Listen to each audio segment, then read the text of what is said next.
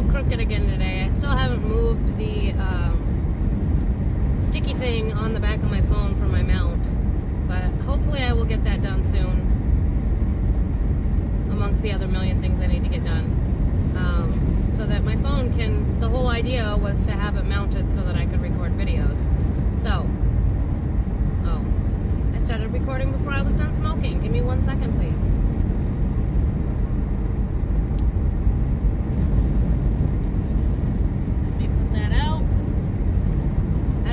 My cigarette butts out the window unless I'm desperate for some odd reason, but even then I try to roll my cherries out and then I put the cigarette butt in the garbage because I don't believe in littering. I think that if everyone was just slightly more conscious about throwing things in the garbage instead of outside, that's one small step in the right direction.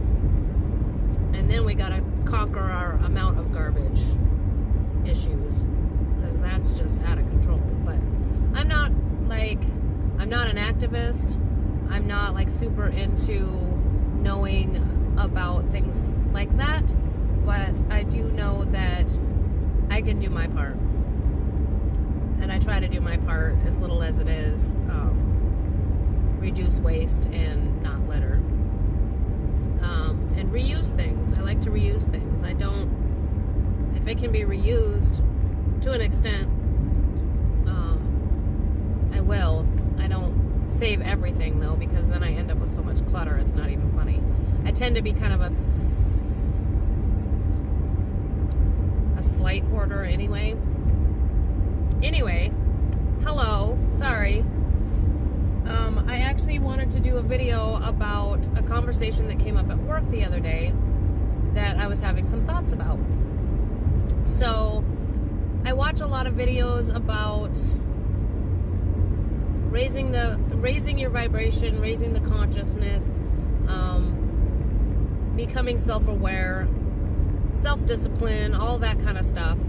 And a lot of times you'll hear these people say that happiness is a choice. Everything is a choice. It really, to an extent, it really is. And since I've decided to be aware of that and make different choices, my life has gotten better. My depression has gotten better.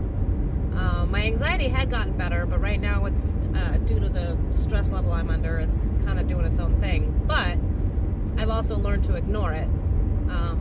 So even when I'm in a high anxiety state, I just keep doing what I'm doing because I can't stop it necessarily, and it's not going to, it's not good for my nervous system, but it's not going to kill me. And usually I'm in the middle of doing stuff, so I'm not going to let it stop me doing what I'm doing. So I just I ride it and I ignore it and keep doing what I'm doing. But I guess I had somewhat subscribed to the idea that happiness is a choice. And it's one of my, he works under me, but he was my trainee at one point, and I really struggled wondering if he was going to be able to handle the job, and he's done actually really well. He can knock out panels like crazy. He still makes some mistakes, but he does well. But he's also kind of a deep thinker and a philosopher of sorts, I guess you could say. And so I forget what he said, or he might have even asked me, do you think happiness is a choice? And I said, yeah, happiness is a choice. Everything's a choice. I didn't think much of it, and he was like, well, I think you're wrong. I'm like, whatever, you can think whatever you want, and nobody's saying you have to think what I think. And then maybe a day or two later, probably a day later, I was just feeling really grumpy, and I had a headache, and I didn't feel good, and I was being kind of snappy, and he looked at me and he goes, are you happy? And I'm like, no. Do I look happy?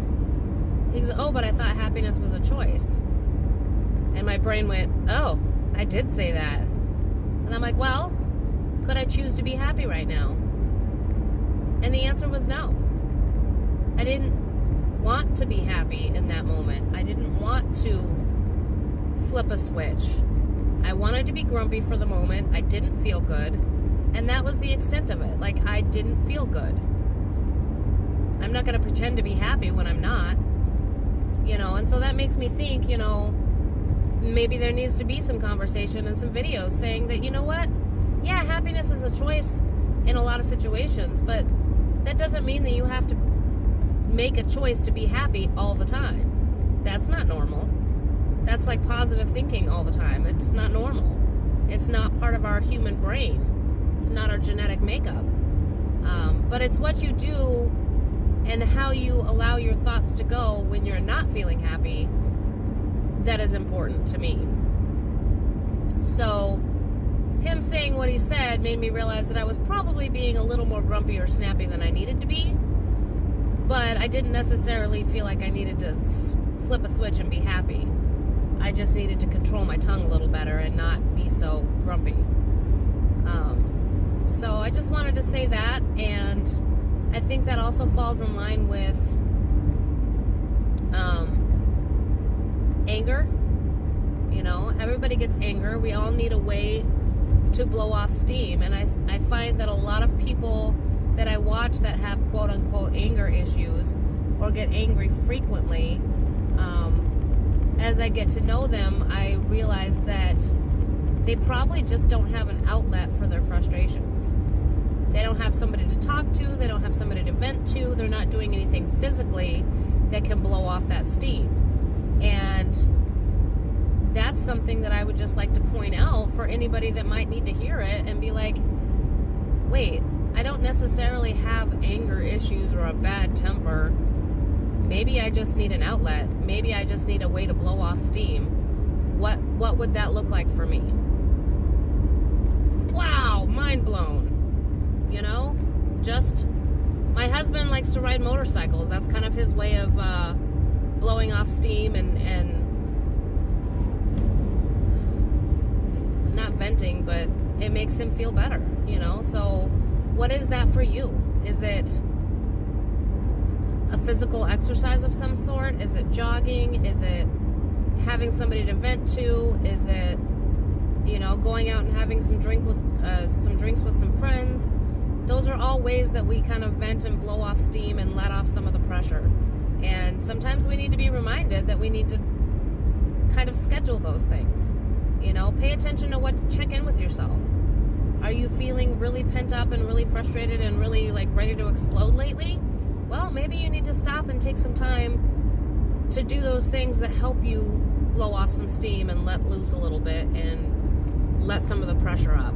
And or if you're like me, where you feel like you have to be making progress all the time and, you know, like things are piling up that you need to get done, take an hour this weekend and knock off some of those things off your list. Just do it. Tired or not, just do it. Even if it's one thing, it's going to make a difference. You know, I have to force myself to do that all the time, and right now I feel like I have more things on my plate than I should. I mean, a lot of people tell me I do, but I feel like it's normal. Everybody has 1,000 things to do. And I have a list that I've been making, which I meant to add to this morning, and I forgot. Because then I got focused on, then I realized what time it was and was like, oh my God, I gotta leave. But, you know, I have a list of every little thing, you know, down to shaving my legs, empty the litter box, paint your room, clean the car, change the oil, you know, anything that comes to mind that I need to get done, I've just been trying to write down. And then as I knock stuff off, I mark it off. Not everybody's big into making lists, but I've got so many things and I'm so busy all the time that if I don't write it down, it's not going to get done because it'll just keep popping into my head. Oh yeah, you need to do that. Oh well, I'll have to do that later. And then I forget. And then the cycle continues. But if I write it down and say, on Saturday I've been sitting around for an hour or two and I'm like, okay, I need to get something done. I can flip open that list and be like, okay, what can I do right now to get something knocked off this list? And that helps me feel like I'm still making progress, whether it's a true or false sense of accomplishment. Well, no, I mean, I shouldn't downgrade any kind of progress, because progress is progress, and getting anything done is done. So, right now my dishes have been sitting in the sink for 2 weeks, and I didn't get groceries this last weekend, and I have laundry I haven't done in 2 weeks, and I finally got my room painted though, and I'm starting to put it back together. So that's huge, because that had been hanging over me since we moved in. I had this bright yellow, kind of a kitchen-y color, and it was in my bedroom, and I hated it, and it was icky, and it just made me want to cry. So I got that painted, and it's like complete now. So now I can put my room back together and move forward. I still got to vacuum though before I put everything in. And that leads to the next thing. I need to vacuum. Oh yeah, I need to find the attachments for the vacuum because they got lost somewhere in the move. Think I might know where they are, but I don't know. So, it's just this never-ending cycle for me of one thought to the next, to the next, to the next, and it makes it kind of hard to focus on anything, really. But when I'm at work, then I'm in, I flip my work brain switch, and everything outside of that just goes away. And so I have to learn to differentiate between my work brain and my home brain. What do I need to do right now and not think about work? What do I need to do at work and not think about stuff I can't do right now? So yeah, I just wanted to, the main gist of this is just that everything is a choice to a degree, and you get to choose what choices you make. There's, another example of that is people that spend money. I have a coworker that she's notoriously bad with money, and she says things like, I'm so bad with money and I can't help myself. Yeah, you can. You can make choices to not be bad with money. That's something you can control. That is something that you can stop and make a choice, yes or no. But until you internalize that and have that aha moment where you really realize that to say that you can't help yourself is just making an excuse. Oh, well, I spent, $120 at the bar buying drinks for everybody. I couldn't help myself. Yeah, you could have. You could have made a different choice. But to say you can't help yourself is letting yourself off the hook instead of holding yourself responsible for the choice that you did make. Yeah. So, yeah. I think that actions are a choice and emotions are not necessarily a choice. They can be altered by choosing to look at something differently or choosing to maybe feel differently about something in some regards. And, there's been times where I had somebody was annoying me and I was just like, oh my fucking God, I hate that person. They're so annoying or whatever. And then all of a sudden my brain went, maybe they're just lonely. Maybe they just have nobody else outside of work and they're lonely. And that has turned into a shell that causes them to act this way. And then I go from hating that person because they're annoying or they're an asshole or whatever to understanding and having empathy for that person as a human being, that maybe there's something else going on that I didn't consider prior. So I made a choice to feel differently about that person. There's lots of ways, there's lots of examples I could give of how things are a choice or maybe not necessarily a choice. But don't feed into and don't wholeheartedly internalize or take on that you have to be happy all the time. Because it's not true. You don't have to be positive and happy all the time. But the choices that you make when you're not necessarily in a good state are still your choices. And you can choose how to to what degree you act or react or behave. So I hope everybody is having a great October. Oh yeah, I gotta stop at I want to stop at a Goodwill and get my outfit for Halloween. I just remembered that Halloween is coming.